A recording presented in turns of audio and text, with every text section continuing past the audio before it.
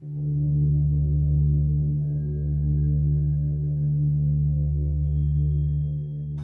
v tem primeru, v tem laboratoriju, in to je, kar je tudi predmet današnje diskusije, so raziskave zelo hitrih faznih prehodov.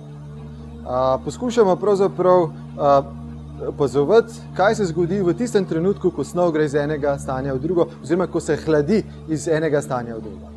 Vzamemo recimo neko snov, ki je na nek način urejena, potem z laserskim sunkom jo razbijemo v tisti red, potem pa opazujemo kasneje, kako se v bistvu vrača nazaj v urejeno stanje. Na projektu bo delalo nekje okrog 5-6 ljudi, približno, za obdobje 5 let. Predvsem so mladi, nekaj imamo tujcev, ki bodo pomagali predvsem pri teoretičnem delu. Je pa res, da tudi zelo internacionalni tim smo nasploh.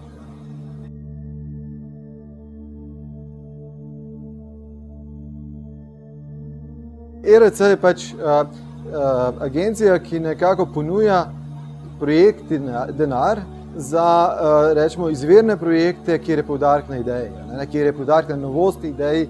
Je pa prav te vrste projekt namenjen raziskovalcem, ki so že etablirani, ki so že dokazali, da bojo to znali izpeljati, tisto, kar je, recimo, tisto kapsel idejo, ki so se jo spomnili. Nekako jim je treba verjeti in verjamemo, da so že nekaj naredili prej in mogoče potem bo tudi to ratalo.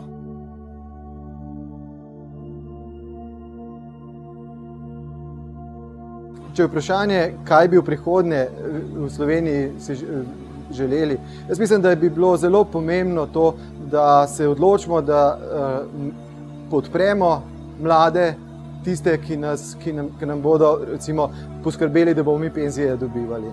Mladih sloni svet, je sicer izrabljena fraza, ampak dejansko, če se temu ne posvetimo, nam bojo ušli, če nam uidejo, se nam pa zelo slabo piše. Zdi se mi, da bi morali bistveno več poudarka dati na znanju kot kategoriji, ki nas pelje iz krize, ki oživlja gospodarstvo, ki pripelje zelo dobro izobražene direktorje in vodilne kadre v slovenska podjetja. Ta podjetja imajo visoko dodano vrednost in potem, čim več je takih, bolj bomo vsi skupaj živeli.